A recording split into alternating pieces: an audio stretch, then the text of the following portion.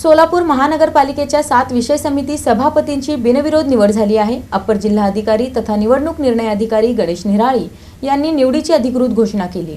सोलापूर महानगरपालिकेच्या 7 विषय समिती सभापती पदासाठी झालेल्या निवड प्रक्रियेत सर्व 7ही सभापतींची बिनविरोध निवड झाली। महानगरपालिका काउन्सिल हॉल येथे झालेल्या प्रक्रियेत प्रत्येक समितीसाठी एकमेव वैध अर्ज प्राप्त झाल्याने अप्पर जिल्हाधिकारी तथा निवडणूक निर्णय अधिकारी गणेश निराळी यांनी निवड अधिकृतरित्या जाहीर केली। बिनविरोध निवड झालेल्या सभापतींमध्ये स्थापत्य समिती सभापती विजय चिप्पा, विधी समिती सभापतीपदी सत्यजित वाघमोडे, वैद्यकीय सहाय्य व आरोग्य समिती सभापतीपदी सुनील खटके, शहर सुधारणा समिती सभापतीपदी स्वाती बडगू, मंडई व उद्यान समिती सभापतीपदी राजशेखर पाटील, कामगार व समाज कल्याण समिती सभापतीपदी श्रद्धा पवार, महिला व बालकल्याण समिती सभापतीपदी निर्मला जंगम यांचा समावेश आहे। मध्ये कामकाज गतिशील व्हायला पाहिजे अशा पद्धतीने हे सर्व समिती या ठिकाणी काम करत असतात। महानगरपालिकेच्या अनेक भरपूर प्रत्येक जे ते खाते आहेत त्या खात्यामध्ये कामाची पद्धत ही जलद गतीने व्हायला पाहिजे अशा यासाठी ही समिती या ठिकाणी स्थापन झालेली आहे।